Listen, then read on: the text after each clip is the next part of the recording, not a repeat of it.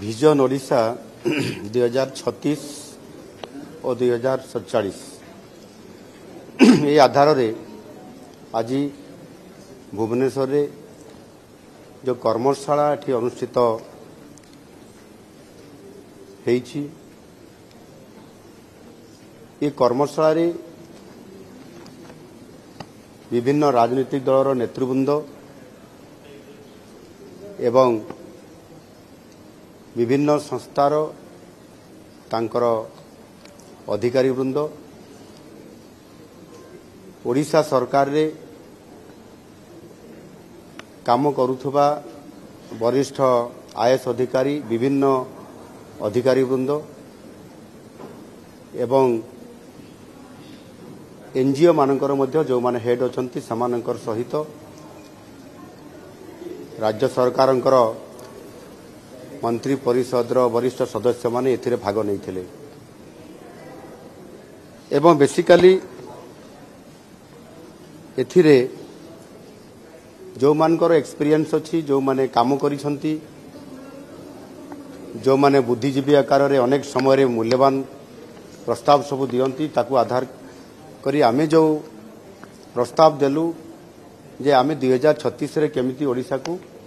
देखिबा ओडिसा रो स्वप्न कोन रहिबो एवं ओडिसा 19 एवं 2047 रे हमर विजन केमिति रहिबो मोदी जी को जो स्वप्न अछि विकसित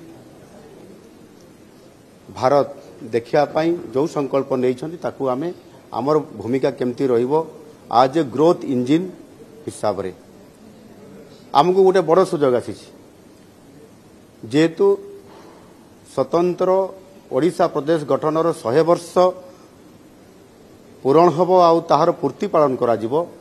सेति पाई निश्चित भाव तो आमको प्रस्तुत होबा पड़िबो ये प्रस्तुत आमको आगामी दिन रे 2047 पाई निश्चित भाव ग्रोथ इंजिन रो भूमिका को स्पीड रे हमको नहीं पारिबो आ सेथि पाई विभिन्न प्रकार रो प्रस्ताव आगुरु भी आसीथिला मेल रे आसीथिला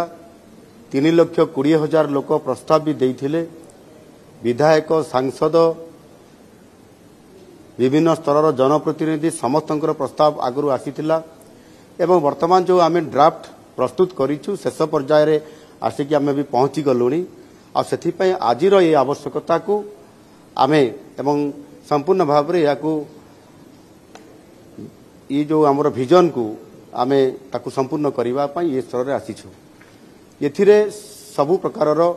सेक्टर को एवं ओडिशा 2036 रे अर्थनैतिक दृष्टिकोण रु शक्तिशाली हेबो एवं सेथि पई